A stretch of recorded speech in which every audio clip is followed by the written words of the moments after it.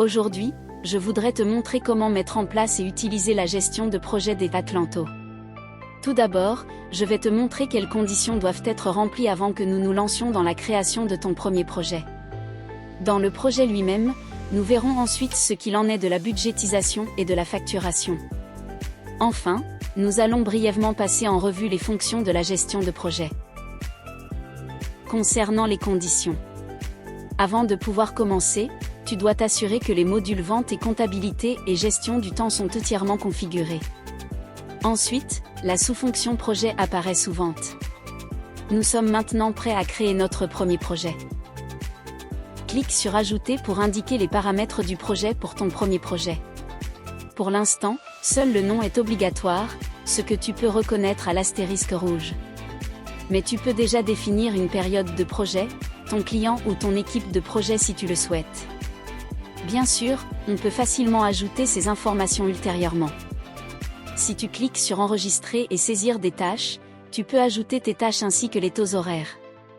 Tu peux même enregistrer des services et des produits qui serviront plus tard de base pour la facturation des heures.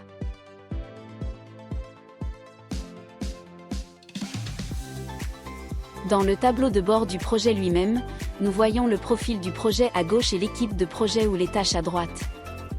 Tu pourras donc y modifier plus tard tout ce que nous avons vu lors de la création du projet. Un peu plus bas, tu as la possibilité de saisir directement tes heures de projet, d'ajouter des coûts ou encore de facturer tes clients. L'histogramme te montre quel budget tu as défini, quels sont les coûts générés par le projet, mais aussi quel montant a déjà été facturé. En cliquant sur le crayon bleu à côté du titre, on peut choisir le type de budget et la méthode de facturation. Tu peux définir le montant du budget soit manuellement, soit en fonction du montant des offres attribuées au projet. Pour la méthode de décompte, tu peux choisir quel taux horaire doit être utilisé dès que tu décomptes tes heures.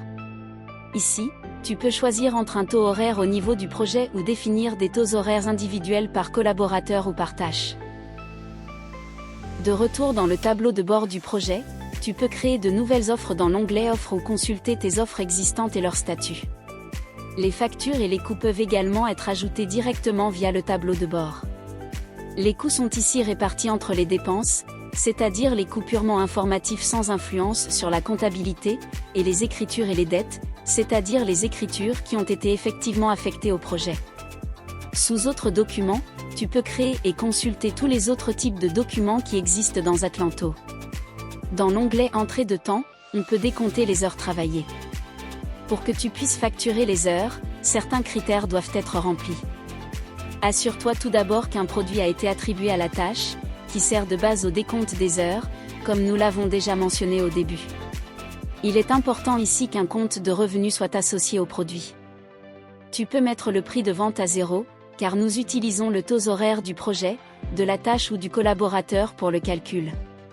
Lequel est utilisé est déterminé, comme nous l'avons vu, dans le budget sur le tableau de bord du projet. Ensuite, tu peux attribuer le produit créé à la tâche souhaitée. La deuxième chose à faire est de définir un délai client pour le client que tu vas facturer. Tu peux le faire dans le gestionnaire de contact. Il te suffit de cliquer sur le contact souhaité et d'aller dans les paramètres de vente. Tu peux alors déterminer le délai de paiement des débiteurs. Une fois que le produit a été ajouté et que le délai client a été déterminé, tu peux facturer les heures en cliquant sur un bouton dans les entrées de temps dans le tableau de bord du projet. Dès que tu as cliqué sur Décompter d'heures, le statut dans l'aperçu passe d'ouvert à facturer.